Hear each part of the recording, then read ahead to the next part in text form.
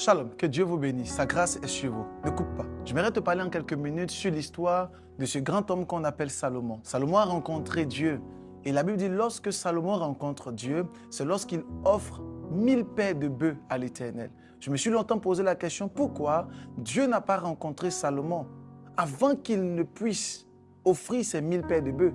Et c'est lorsque Salomon décide d'offrir et lorsque Salomon offre ces 1000 paires de bœufs que Dieu lui apparaît. J'aimerais dire à la vie de quelqu'un, souvent, les actions que nous portons ou nous menons et que nous faisons créent dans l'atmosphère la réaction de Dieu.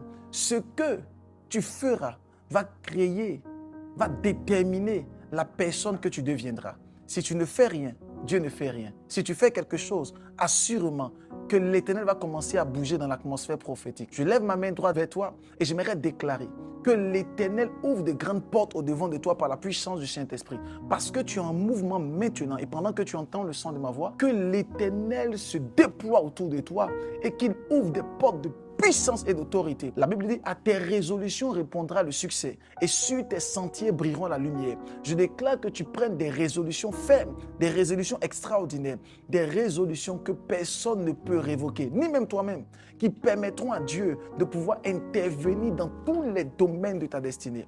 Je ne sais pas à qui je parle, mais je sens dans mon cœur qu'il y a une personne qui doit faire une action.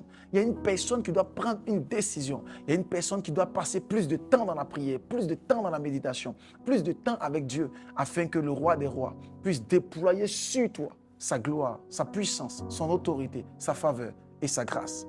J'aimerais te dire ceci. L'histoire de cet homme qu'on appelle Zachée est une histoire assez extraordinaire par sa capacité à pouvoir rencontrer Jésus, mais pas seulement cela, mais par aussi sa capacité à inviter Jésus chez lui à la maison. Cette capacité qu'il a faite à pouvoir inviter Christ chez lui à la maison a fait de lui un homme extraordinaire jusqu'à ce qu'on parle de lui dans la parole de Dieu. Si jamais tu invites Christ dans ta maison, assurément, il fera de toi un général et un géant dans ta génération.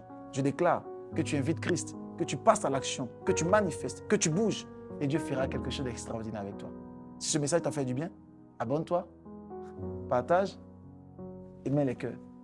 Shalom.